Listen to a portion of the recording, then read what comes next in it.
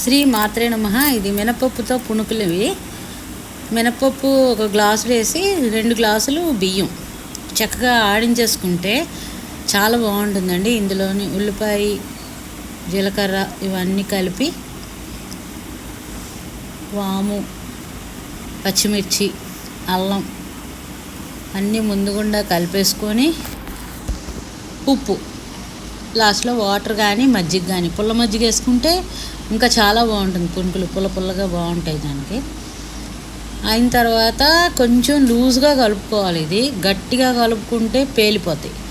అందువల్ల కొంచెం లూజ్గా కలపాలి, బాగా లూజ్గా కలుపుకోవాలి.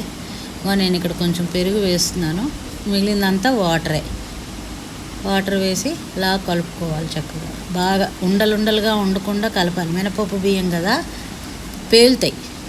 అందుకు ఇక లూజ్గా కలిపి వేసుకుంటే చాలా బాగుంటుంది, టేస్టీగా ఉంటుంది. ఆయిల్ అనకుండా అప్పుడప్పుడు తింటుండాలి కదా, స్నాక్స్ లాగా తినొచ్చు. మీరు కూడా ట్రై చేయండి.